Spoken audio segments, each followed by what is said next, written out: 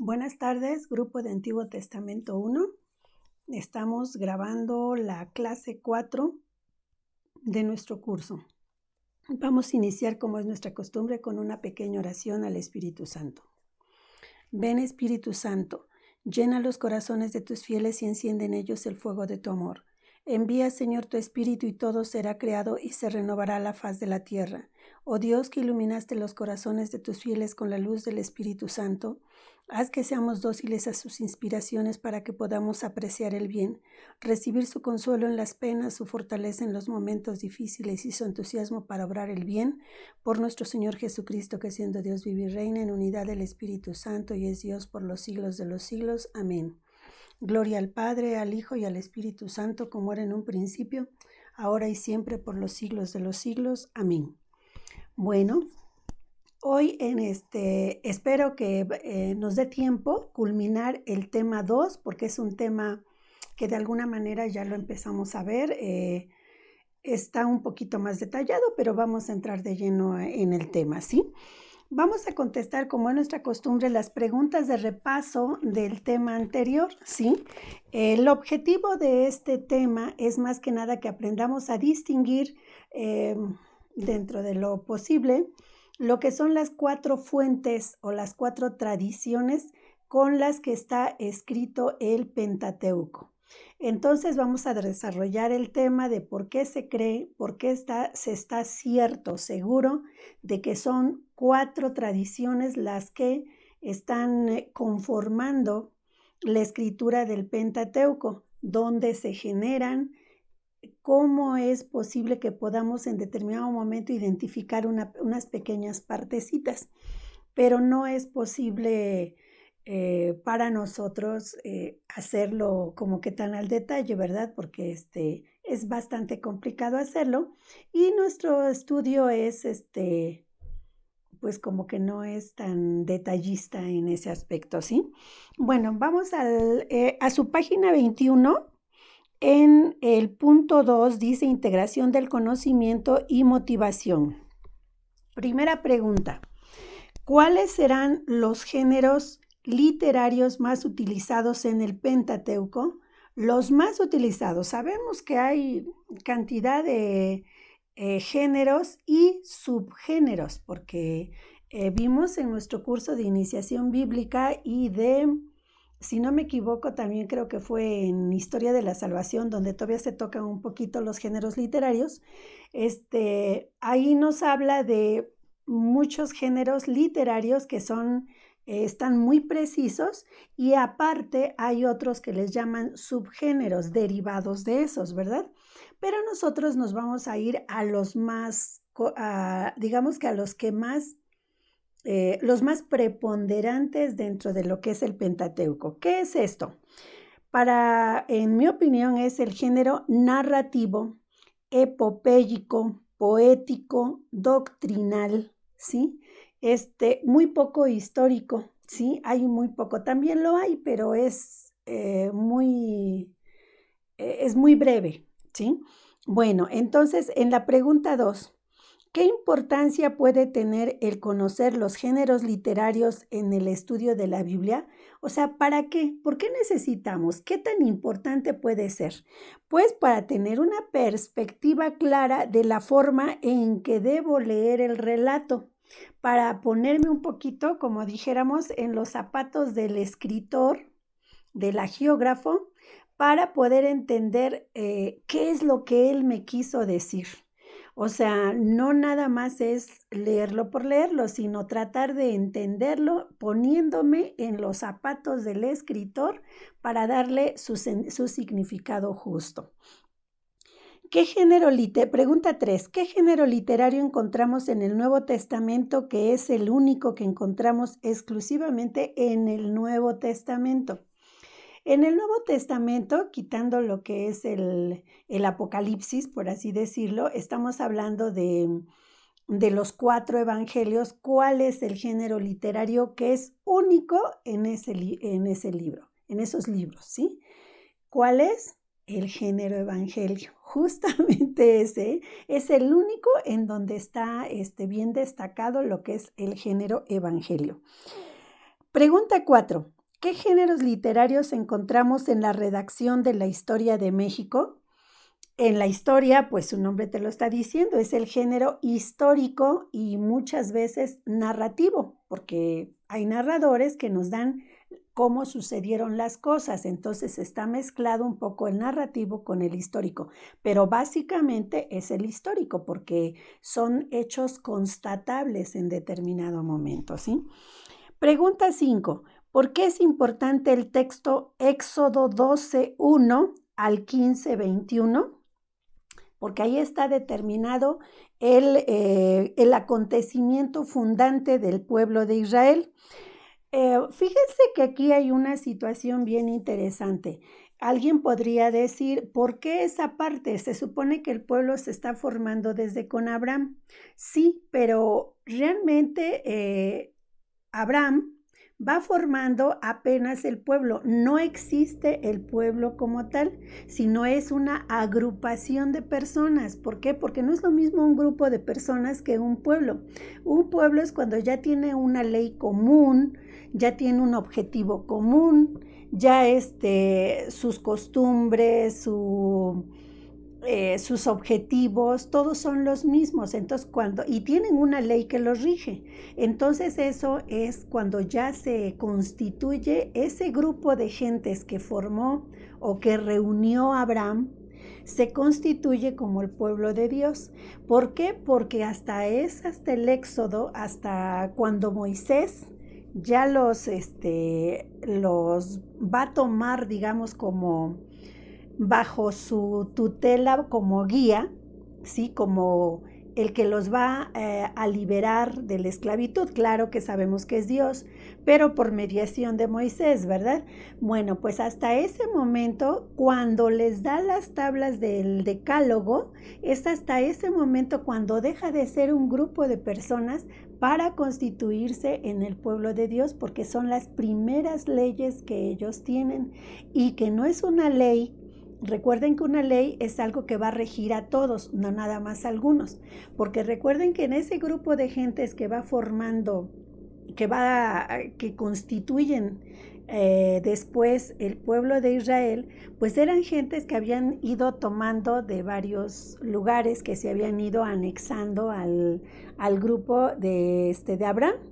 Y que obviamente al unirse a él, lo primero que van entendiendo es que hay un solo Dios, que debe de servirse a un solo Dios, se van quitando costumbres paganas, en fin, pero todos traen diferentes costumbres, diferentes ideas que luego se van conformando a lo que es el pueblo de Dios. Pero realmente como pueblo de Dios se constituye hasta que reciben el decálogo, porque ya tienen una ley que los va a regir. Bueno, con esto concluimos el repaso de lo que sería la clase, el tema anterior, la conclusión del tema 1. Ahora vamos a ver ¿qué es lo que vamos a leer del Pentateuco? ¿Se recuerdan que les dije que no íbamos a hacer la actividad del punto 3? Porque es una actividad bastante larga y aparte de eso, como aquí mismo nos está diciendo, las tradiciones están tan mezcladas ya que nosotros que no tenemos un estudio como que tan profundo, ni lo hemos tenido tan detallado de lo que son las tradiciones, nos costaría mucho trabajo identificar dentro de los textos bíblicos, separar las tradiciones, porque si nuestro mismo texto nos dice que es muy difícil, que ya los mismos estudiosos del tema les cuesta mucho trabajo encontrar las fuentes o las tradiciones. ¿Por qué? Porque ya están tan mezcladas que cuesta trabajo separarlas, ¿sí? Bueno, entonces nos vamos hasta el punto 4, página 26, que dice retroalimentación. ¿Qué nos dice en la retroalimentación? Dice, el profesor hará una síntesis de la hipótesis de las 4 tradiciones o documentos yavista, eloísta, deuteronomista y sacerdotal, explicando que las letras con las que las vamos a identificar, que es en este caso yavista, es con la letra J. La eloísta con la letra E. Si se fijan, es la letra inicial. Deuteronomista con la letra D. La única que cambia es la tradición sacerdotal, porque tiene un nombre, está designado con la primera letra del nombre, pero en idioma alemán, que es Priester, sacerdote. Entonces, la tradición sacerdotal se va a identificar con la letra P.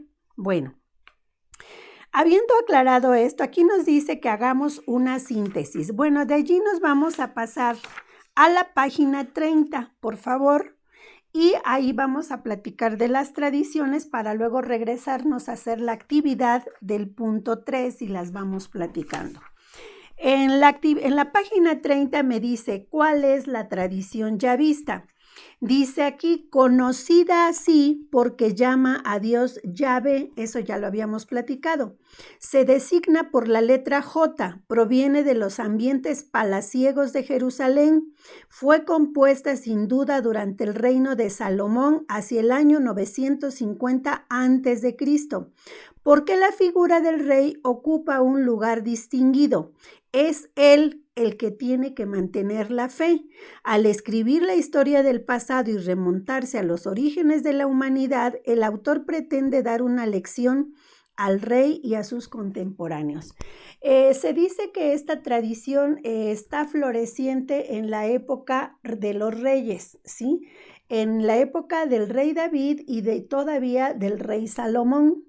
Entonces, lo escrito en esas épocas es ¿por qué? Porque ¿por qué está tan marcada que fue en esas épocas? Porque siempre tratan de poner como líder no tanto a los profetas que hubiera en ese momento, sino como a los reyes. Los reyes eran los que tenían la obligación de dar el ejemplo, tanto de, digamos, de santidad, de respeto a Yahvé, de darle el culto y todo a Yahvé, pero todo estaba teniendo como guía a los reyes.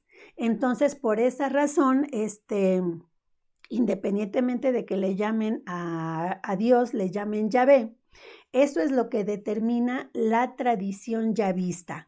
En la época de los reyes David y Salomón, y se desarrolla en el año, dice aquí, 950 a.C., por esas épocas, que es cuando estaba la época de los reyes, ¿verdad?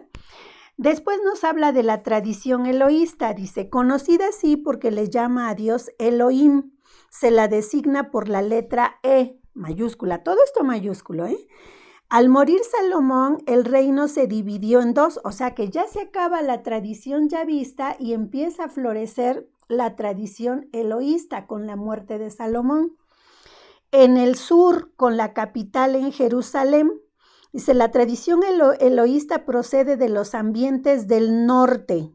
A ver, dice aquí, se dividió. ¿Se acuerdan que cuando está está todo lo que es el reino de Israel? Bueno, ¿se acuerdan que cuando hay la división de los reinos, la parte que se va al norte, la que tiene como capital Samaria, es la parte del norte, y la parte del sur es donde se queda Judea, por así decirlo, y ahí se quedan los reyes aquí, porque acá está Jerusalén. Entonces, esta tradición, que es la tradición eloísta, nace y tiene sus fuentes en el reino del norte, ¿sí?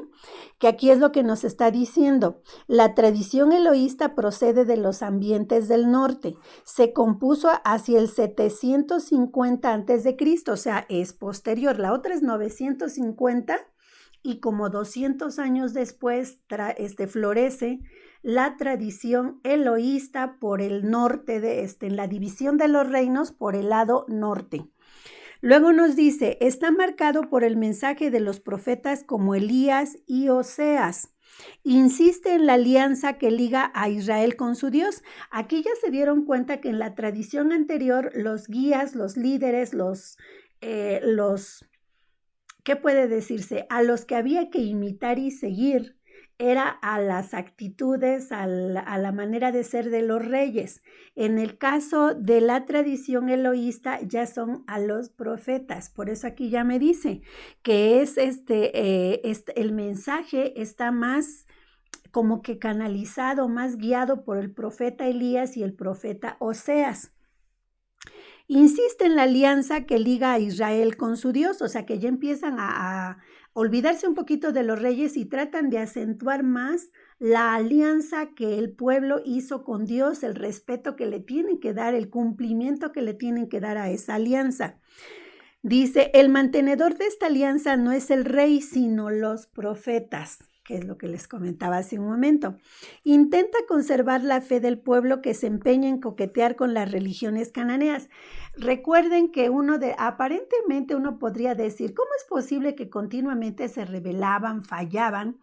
Si tenían a Dios que estaba en una comunicación constante con ellos a través de los profetas, que los salvaba, que los ayudaba, los rescataba, todo lo que nos podamos imaginar.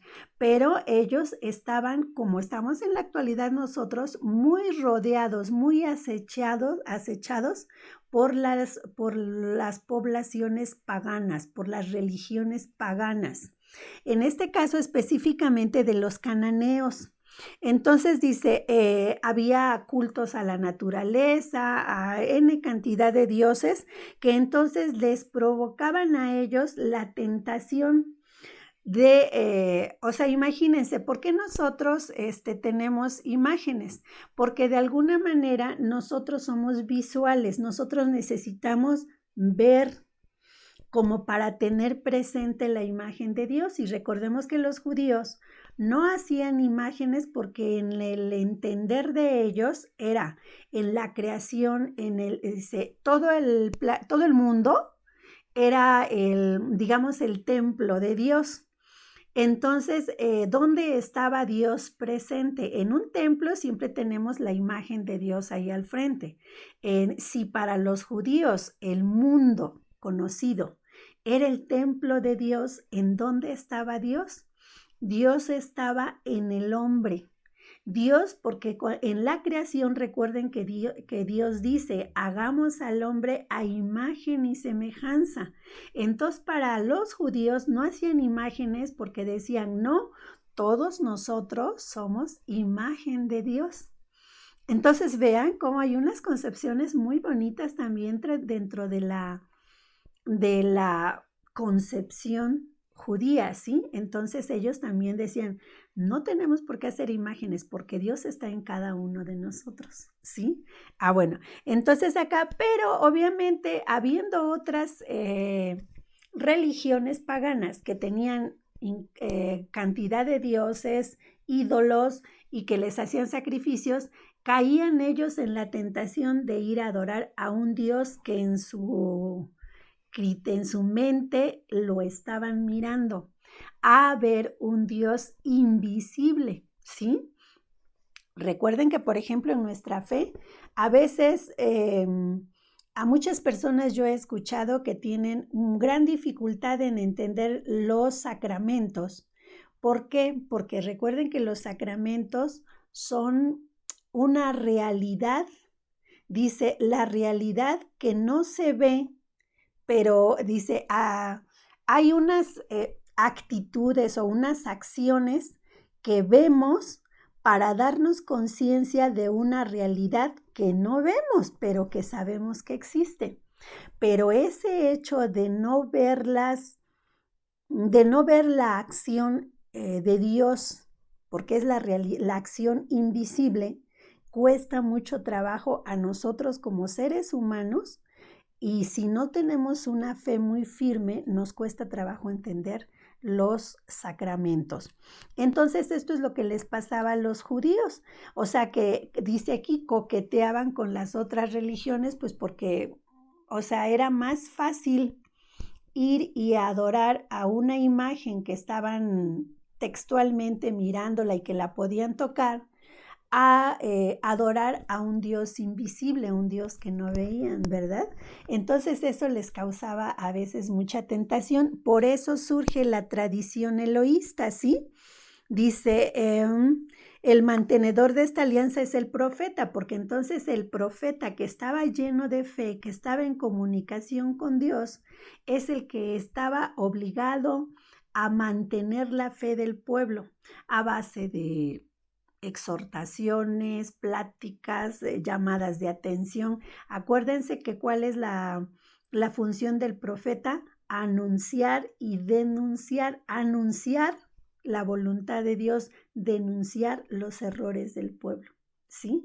Entonces, a través de esas funciones de los profetas, se trataba de mantener la fe de los judíos y mantener la alianza, viva la alianza, el respeto a Dios.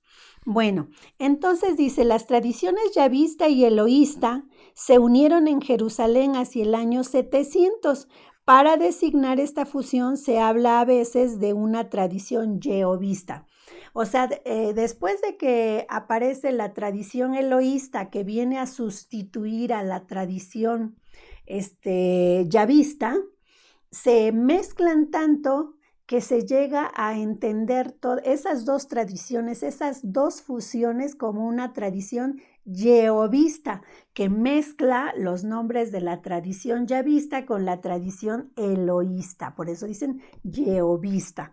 Pero con esto nos están mostrando que se mezclan de tal manera que ya es difícil que luego yo entienda de alguna parte, de algún párrafo bíblico que diga yo, qué parte es la tradición yavista y qué parte es la tradición eloísta, ¿sí? Bueno, proseguimos. La tradición deuteronomista se designa con la letra D mayúscula. Se encuentra completa en el Deuteronomio. Esa no hay pierde. Ustedes van a leer el Deuteronomio y se van a encontrar que toda la tradición es deuteronomista, porque es único libro. Así como decimos que el género literario evangelio está en los evangelios, pues así también la tradición o fuente del Deuteronomio, pues es deuteronomista y no hay vuelta de hoja, ¿verdad? Dice, así como la tradición eloísta, la deuteronomista está marcada por el mensaje del profeta Elías y Oseas. Su historia es compleja. Empezó en el reino del norte, o sea que sigue estando en el norte, pero fue recogida y desarrollada en Jerusalén después del 622 a.C. O sea que aunque también tiene su nacimiento en el reino del norte, después es acogida por el pueblo. Dice, por el pueblo de Jerusalén. Recuerden que Jerusalén se quedó en el sur. Entonces, cuando ellos la cogen, pues ya la integran también a otra más de sus tradiciones. Entonces ya vimos que ya se hizo una mezcla. Ya tenemos la yavista, la eloísta y la deuteronomista. Ahora vamos con la tradición sacerdotal, designada por la letra P, que en alemán es Priester, que quiere decir sacerdote. Deriva de los ambientes sacerdotales que durante el destierro en Babilonia del 587 al 538 mantenían y alentaban la fe de Israel. ¿Qué quiere decir? Que mientras están en el destierro, ¿se acuerdan que en el 500 estaban en el destierro? Si se van a su cuadrito que les dije la vez pasada, esta tablita cronológica, vean cuando estaban en el año 400 aproximadamente. Ellos estaban en Babilonia, estaban siendo esclavizados o habían sido deportados a Babilonia, y entonces ellos estaban allí. Después llegan los persas y bueno, pero el asunto es cuando ellos están ahí en ese destierro, los profetas son los que de alguna manera desarrollan esta tradición sacerdotal al tratar de mantener la fe. Dice, durante el destierro en Babilonia, mantenían y alimentaban la fe de Israel. El pueblo estaba deportado y ha perdido todas sus seguridades humanas y religiosas. Ya no hay rey, ya no tienen templo, ya no tienen tierra, son esclavos en un lugar extranjero. Dice, su Dios aparentemente ha sido vencido. Entonces estos sacerdotes son así como que los sacerdotes que están también en el destierro con ellos, son los que es así como que los sacuden y les hacen, ¡ey, ey, ey, despierta! Dios no está vencido. Lo que nosotros estamos viviendo es consecuencia de nuestros errores. Entonces ya vieron cómo estas situaciones son como para empezarlos a estar conscientes de que anteriormente ellos tenían el concepto de que Dios era el castigador, Dios era el que los condenaba, Dios era el que les pegaba, les daba los triunfos, todo este tipo de cosas. Entonces acá ya los profetas, los sacerdotes los empiezan así como a despertar y decir, no, Dios no te castiga, porque esto que nos está pasando es porque nosotros lo provocamos. Entonces se empieza a despertar ese concepto de lo que me pasa es consecuencia de mis propios pecados, ¿sí? Entonces también tiene su enseñanza. Dice, ha perdido toda su seguridad. Ajá. Estos sacerdotes buscan entonces en sus tradiciones y en la meditación de la historia pasada el fundamento para su esperanza.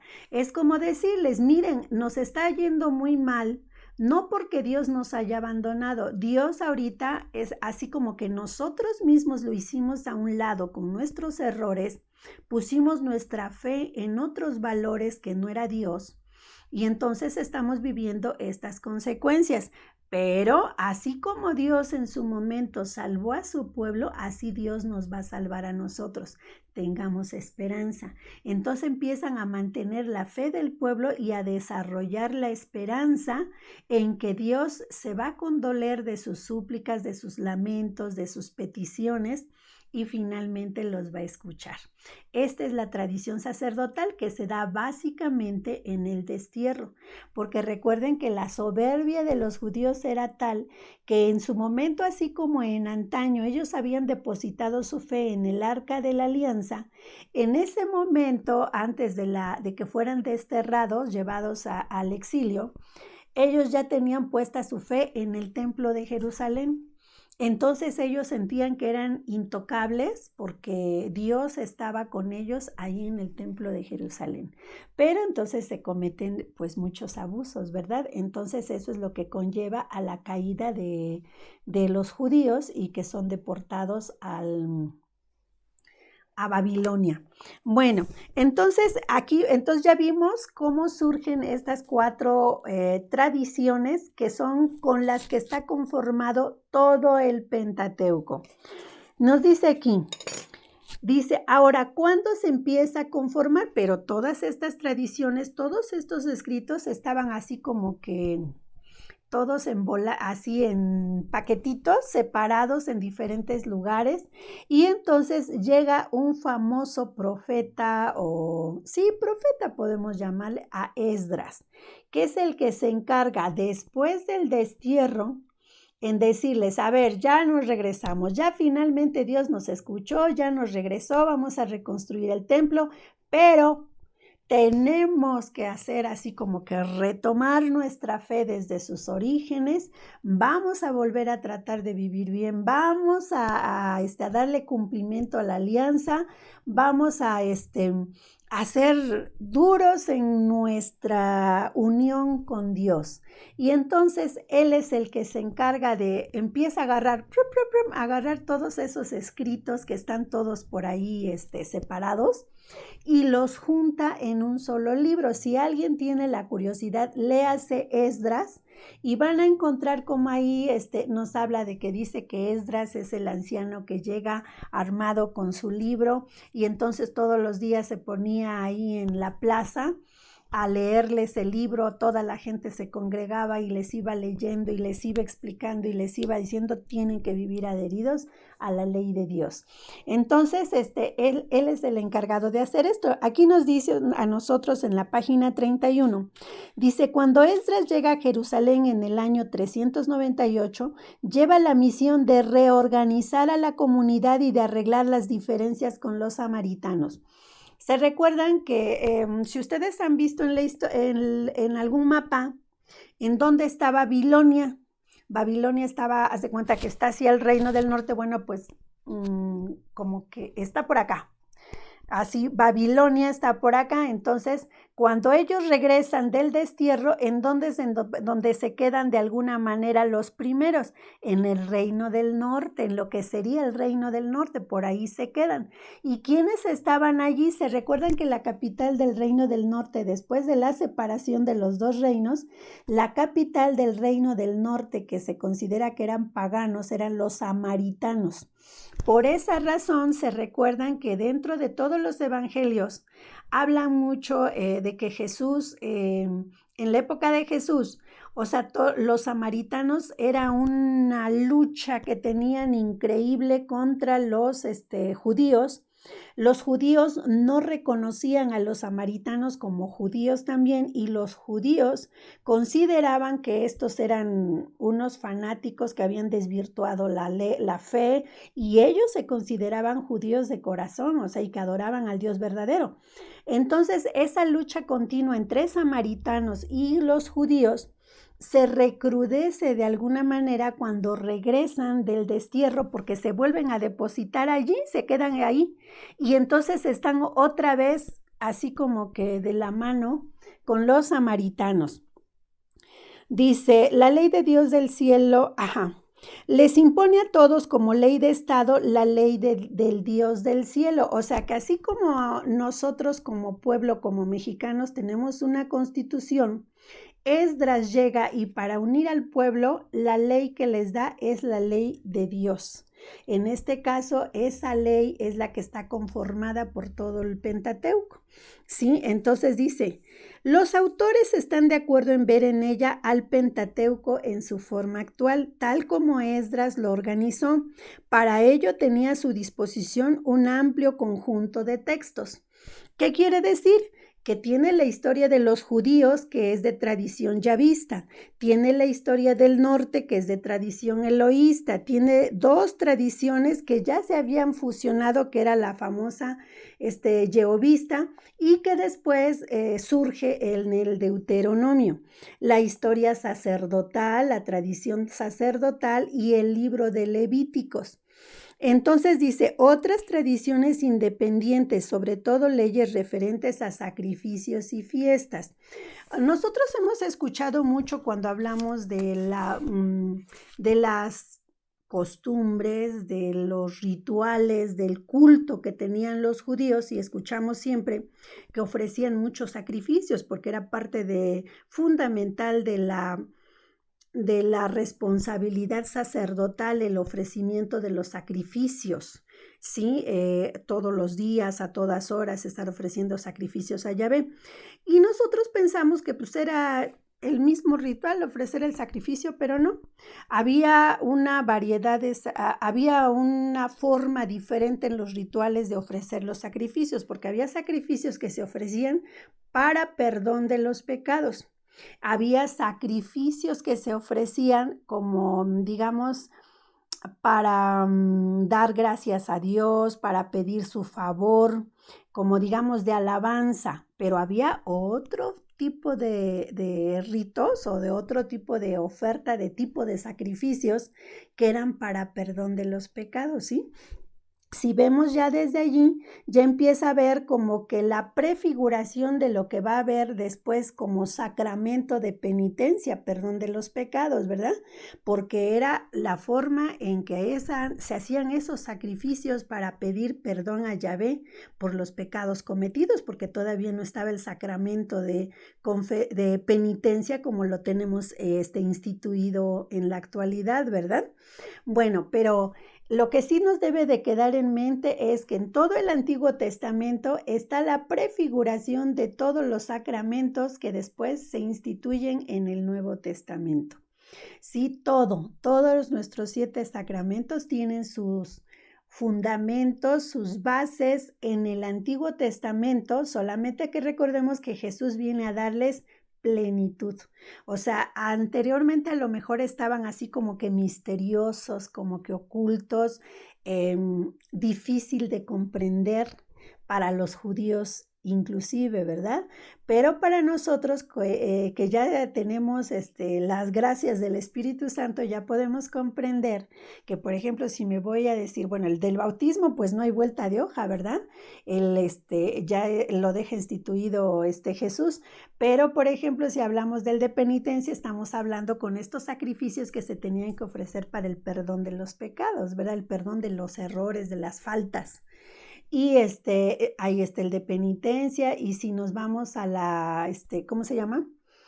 Al sacramento de, ¿cuál otro? El de la Eucaristía, como dice, culmen de nuestra fe. Dice, ¿en dónde está instituido? En la Pascua judía, ¿verdad? Que es lo que ahorita acabamos de ver en el tema anterior, cómo se instituye la Pascua eucarística, que la Pascua judía, que es el fundamento de lo que posteriormente en plenitud Jesús hace como el sacramento eucarístico, instituye como el sacramento eucarístico. Y las funciones del sacerdote que ofrecía los sacrificios para el perdón de los pecados, los sacrificios para alabanza a Dios, los sacrificios, todo ello, y que era el que servía de guía, e instituye el sacerdocio de Cristo, ¿verdad? Cristo le viene a dar plenitud en el sacerdocio nuevo y eterno. Entonces ya vieron cómo todos nuestros sacramentos tienen sus fundamentos, sus bases, ya existían en el Antiguo Testamento, aunque no con ese nombre ni reconocidos como sacramentos. Bueno, proseguimos con este tema. Dicen, con el libro del Éxodo entra en escena Moisés. Tras el recuerdo de la esclavitud de Egipto y la llamada de Moisés, la alianza del Sinaí se lleva a la parte de León, enmarcado por los dos relatos sobre la vida en el desierto. El centro es ocupado por el código de la alianza, o sea, de toda la historia del Éxodo, digamos que la parte culmen, la parte importante, es el momento en que Dios le da la ley a su pueblo, en el que se hace la alianza entre Dios, de Dios con su pueblo y el pueblo que acepta la alianza con Dios. Sí, dice, el centro es ocupado por el código de la alianza, por las diversas leyes sacerdotales, el Levítico, Números. En este conjunto, la historia del becerro de oro recuerda los riesgos siempre posibles de ruptura con la alianza. O sea, es el relato que nos dan de que los judíos, mientras está Moisés recibiendo el decálogo, los judíos, volvemos a lo mismo. ¿Cuál es la tentación? De buscar al Dios que ellos quieren ver, ¿sí? Entonces, por eso se hacen el becerro de oro. ¿Se recuerdan que acabamos de hablar de que les gustaba coquetear con los paganos? Porque les explicaba, porque el ser humano busca algo que pueda ver y palpar. Sí, entonces lo único que sí tenemos es que tener en claro que nosotros, por ejemplo, aquí está una imagen de Jesús en los brazos de su madre, ya muerto, y yo puedo respetar la imagen, mas no adorarla, porque esto está hecho por manos de hombre. Dios no está en esa imagen. Esta imagen me la va a recordar, me va a recordar a Dios, me va a recordar este pasaje, el sufrimiento de María, la muerte de Jesús, muchas cosas. Pero que quede claro que no adoramos las imágenes como nos lo pide el decálogo. No debemos de adorar imágenes. ¿Por qué? Porque están hechas por manos de hombre, por cosas de hombre. No es Dios. Si esto se rompe, a Dios no le pasa nada. Dios no se rompió porque Dios no está aquí. Esto me lo recuerda solamente, ¿sí? Esto es algo que no acaban de entender los protestantes, y que por eso somos acusados en su momento de ser idólatras, ¿verdad? Pero no lo somos, porque nosotros no adoramos las imágenes. Adoramos al Dios invisible, pero que yo con mente humana necesito tener algo que me diga, que me da una imagen, cómo sería, cómo es, porque el ser humano es visual en un 100% prácticamente, ¿sí? Bueno, entonces nos dice acá, la última parte presenta la marcha hacia la tierra prometida, que está muy narrada en Números, y los últimos discursos de Moisés en el monte Nebo, que está narrado en el Deuteronomio. De este modo se presenta a Moisés como el mediador. Él está totalmente del lado de Dios como instrumento para liberar al pueblo, pero también está totalmente del lado del pueblo en una solidaridad tan total que llega misteriosamente al pecado. Dice, y con el pueblo, por haber pecado, muere en el desierto y ya no pisa la tierra prometida. ¿Sí? O sea que él también llegó, aquí nos dice misteriosamente, porque nos cuesta trabajo comprender. Los grandes estudiosos, pues bueno, han hecho comentarios respecto al hecho de que consideran como un pecado de Moisés el que cuando les va a dar el agua en el desierto, Dios le dice, pega con tu bastón en la piedra, pega una vez en la piedra y de ahí va a surgir el agua. ¿Y qué es lo que hace Moisés? No pega una vez, pega 2 veces. O sea, ¿qué quiere decir? Que no confió. Sí, pegó una vez, no salió el agua inmediatamente y desconfió. O sea, decir, a ver, creo que no lo hice bien o creo que tú no me estás fallando, ¿no? Entonces, una segunda vez sale el agua. Pero se dice que eso pudiera ser uno de los pecados de desconfianza, o sea, que comete Moisés, el haber desconfiado en determinado momento de la promesa de Dios de dar el agua, ¿sí? Otra es que nos dicen que no, que fue porque se dejó llevar por la ira cuando baja del monte Sinaí con las tablas y ve al pueblo adorando al becerro y entonces él se llena de tal ira que destruye las tablas, las que después ellos traen ya son las que él escribe, pero las que escribió el dedo de Dios, como decimos, son las que él había destruido. Entonces, pues bueno, aquí nos dice, misteriosamente llega el pecado. ¿Por qué? Porque bueno, todo lo que estamos comentando son suposiciones, no tenemos la certeza, ¿sí? Los estudiosos pues tienen opiniones diversas al respecto. Bueno, entonces luego nos pone una actividad que está en la parte de abajo, en la página 32, están unos cuadritos allí que si ustedes ya se ponen a colorearlos, se van a dar cuenta que dice la tradición yavista. Solamente la tradición yavista está muy mezclada con la tradición sacerdotal. Vean, todo lo que está con las rayitas así rectas, horizontales, y las que están con las diagonales, que son la mayoría, si se fijan, miren, Génesis 1:11 tiene mezclada la tradición yavista con la de la sacerdotal. Igual está Génesis 12:50, igual está Éxodo 1:15, Éxodo 16:18 y de ahí hasta Éxodo 13:36, ¿sí?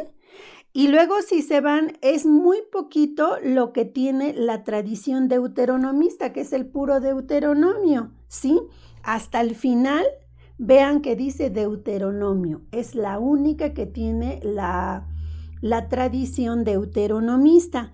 La que tiene la tradición eloísta también es muy pequeña, está en Éxodo 19:24 y Éxodo 11:12 y Éxodo 32:34. Todo lo demás está mezclado entre yavista y sacerdotal. Es la que predomina más en las tradiciones. Eso es lo que nos dice que hiciéramos. Claro que si ustedes ya lo colorearon, les queda más claro, ¿sí? Bueno, entonces habiendo concluido con esto, contestamos rápido el cuestionario, aunque nos quede grande este video, para que el próximo ya nos vamos al tema 3. Dice las preguntas. No, creo que no vamos a terminar, pero bueno, vamos a avanzar. Dice, en la actividad del punto 4.1, si ustedes se van al 4.1, ¿dónde están? Página 27. En la página 27, en la parte superior nos dice, estudio detallado de un texto, Éxodo 13:17 al 14:31. Yo les digo los puntos que va a tratar. la partida, cómo es la salida de los judíos de Egipto. Luego, de Etam al mar de Suf, los egipcios que persiguen a Israel, el paso del mar, y con eso culminamos la cita que nos está dando. Como ya las hemos leído en los temas anteriores, vamos a contestar el cuestionario que nos pone allí en el inciso B. Dice, tradición ya vista. Dice, ¿quiénes son los actores en estas citas que les acabo de leer, de comentar? ¿Quiénes son los que participan, los que aparecen en esa cita? El faraón, los egipcios, los israelitas, Yahvé, Moisés, nube, fuego y humo. En ese orden tienen su aparición en la Biblia. Luego dice, ¿qué es lo que hacen? O sea, ¿qué hacen esos personajes que aparecen dentro de que acabo de mencionar? ¿Qué hacen? Bueno, pues el faraón persigue a los israelitas. Los egipcios, pues apoyan al faraón, ¿verdad? Porque es su líder y entonces lo van siguiendo. Los israelitas, ¿qué es lo que ellos hacen? Pues ellos le piden ayuda a Yahvé, libéranos, ayúdanos, sálvanos, y huyen. ¿Sí?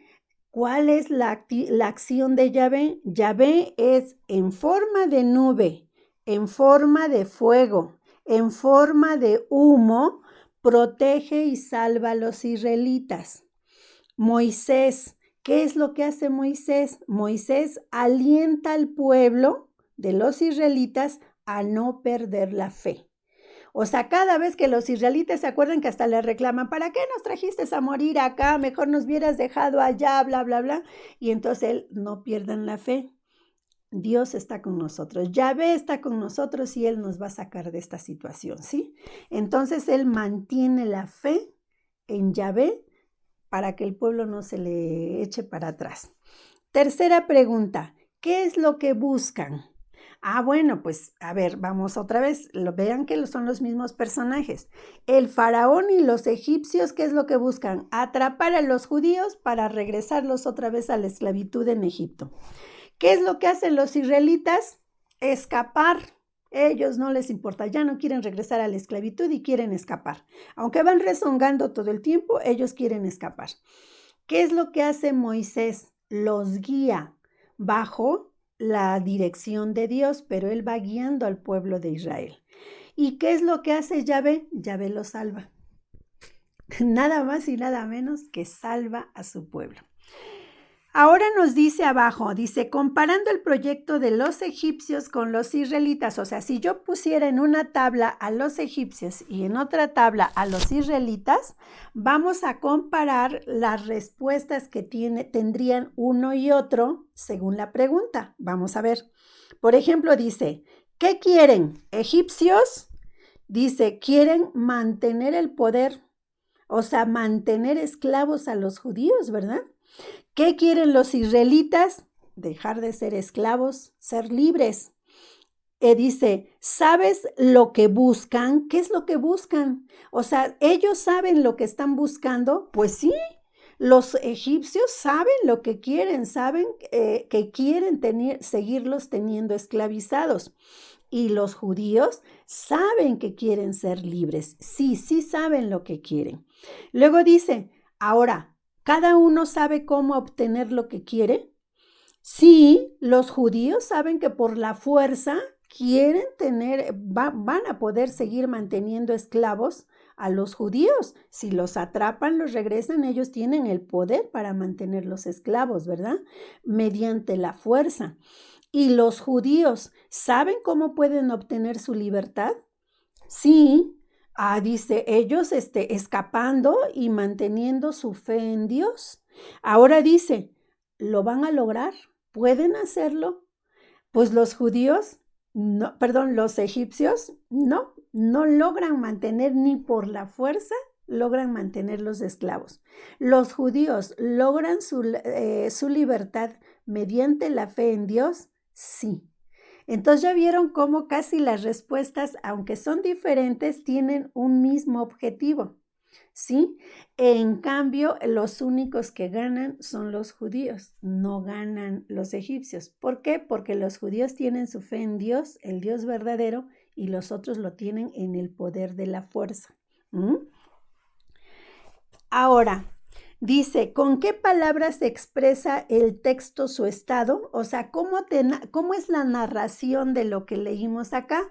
Muy sencilla, no tiene palabras muy rebuscadas, muy sencilla te dice que se fueron, que Dios les dice que se vayan por el lado que se tienen que ir para que no se vayan a arrepentir y se regresen, y luego que los judíos cuando ven que ya los vienen persiguiendo otra vez los egipcios, le claman a Yahvé, Moisés le dice a Yahvé que qué hace, y Yahvé los empieza a proteger, dice de día, los protege con una nube para que no se acaloren tanto y además no los vean los egipcios, y de noche sigue habiendo esa neblina que los oculta, pero hay una gran luz que los va guiando para que vean por dónde va caminando, y finalmente le dice a Moisés, abre tus manos para que va a correr un aire muy fuerte que va a secar el mar para que puedan pasar caminando tranquilamente, ¿sí? Bueno, dice, ¿de dónde vendrá su saber y su poder? Pues el de los egipcios viene. ¿De dónde viene su poder? Pues de su fuerza, de su numeroso ejército, de sus armas, del poder del faraón, ese tipo de cosas. ¿Y de dónde viene el poder de los judíos? Su poder viene de Dios y de su fe en Dios. Nada más. Y luego finalmente dice, señalar las diversas expresiones que indican la visión. Se trata de la misma, o sea, ¿tienen la misma visión uno y otro? No. Uno quiere ser libre, el otro quiere tener los esclavos, ¿verdad? Entonces no es la misma visión. ¿Cómo se desarrolla el acontecimiento? Pues a veces como que la narración va un poquito en desorden, pero con palabras muy sencillas. Dice, ¿cómo acaba el relato? Indicando que Yahvé salvó a los israelitas del poder de los egipcios. ¿A dónde nos quiere llevar? A que veamos a un Dios humano y sencillo que protege a los que ha escogido como su pueblo. Si ya hizo una alianza con ellos, dice, bueno, en este caso todavía no la había hecho con el decálogo, pero recuerden que ya había una alianza previa con Abraham, la de la circuncisión, ¿se acuerdan? Bueno, dice, el temor dice, ¿a dónde nos quiere llevar? A que veamos a un Dios humano y sencillo que protege a los que ha escogido como su pueblo. Dice, el temor del versículo 31 es del mismo orden que el del versículo 10 y 13. Y dice, no, en el versículo 10 y 13 es un temor natural ante el hecho de ser atrapados y esclavizados nuevamente. Y en el versículo 31 es un temor sobrenatural al tener una pequeña muestra del inmenso poder de Dios. O sea, cuando ven que ya los vienen a atrapar los egipcios, tienen miedo. Pues sí, es un normal, o sea, tienen miedo porque ellos se consideran débiles y consideran que los otros son poderosos y fuertes. Pero cuando ven que se abre el mar, ¿cuál es el temor de ellos? O sea, es ver el poder inmenso de Dios que puede abrir el mar para que ellos pasen y luego atrapar a todos los egipcios.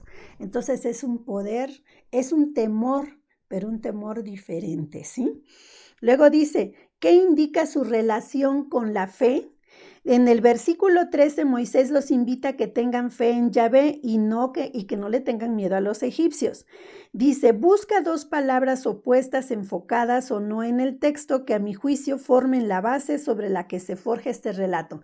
A ver, trata de hacer dos expresiones que sean contrarias una con otra, pero que estén relacionadas con estos relatos que acabamos de leer.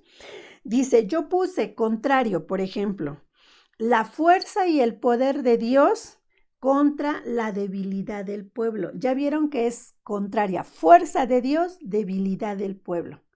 Sí, son palabras contrarias y que están relacionadas con lo que acabamos de leer, ¿sí? Porque está manifiesta la fuerza de Dios y también manifiesta la debilidad del pueblo. Otra expresión, el amor de Dios y la desconfianza del pueblo. El amor de Dios, porque en todo momento Dios está manifestando su amor para salvarlos, dándoles, salvando la situación conforme se va presentando el peligro. En cambio, la desconfianza del pueblo, porque apenas se les presenta un problema y le empiezan a reclamar a Moisés. Otro problema y le empiezan a reclamar a Moisés. Entonces, esto está relacionado. Por un lado, el amor de Dios, la desconfianza del pueblo. El poder de Dios, la debilidad del pueblo. ¿Sí? Entonces, esas son las expresiones contrarias. Pues yo creo como aquí nos vamos a detener, ya nada más nos van a faltar dos pequeños cuestionarios que vamos a contestar la semana próxima, que es la actividad que está en la página 27, donde dice tradición sacerdotal, ¿sí? En la parte de hasta abajo están unas preguntas parecidas a las que acabamos de contestar, que estas preguntas son de tradición ya vista. Y estas que vamos a contestar van a ser de tradición sacerdotal, pero van a tener casi las mismas respuestas. Pueden ustedes intentar contestarlas. Y luego lo final de lo que nos dice actividad punto 7. De todos modos, como si hay algunos puntos que yo les quiero comentar, como algo que está en nuestro libro en la página 29, yo creo que el próximo tema la próxima clase concluimos este tema, ¿sí? Bueno, pues nos despedimos con una oración a la Virgen Santísima y nos estamos aquí, me estoy yo ahora sí que poniendo en contacto con ustedes a partir del próximo video, que espero yo en Dios que se los haga para el día miércoles, ¿sí? Contigo voy, Virgen pura, y en tu poder voy confiado, pues yendo de ti amparado, mi alma volverá segura. Dulce Madre, no te alejes, tu vista de mí no apartes, ven conmigo a todas partes y nunca solo nos dejes. Ya que nos proteges tanto como verdadera Madre, haz que nos bendiga el Padre, el Hijo y el Espíritu Santo. Amén. Que tengan unos excelentes días, nos estamos aquí mirando próximamente.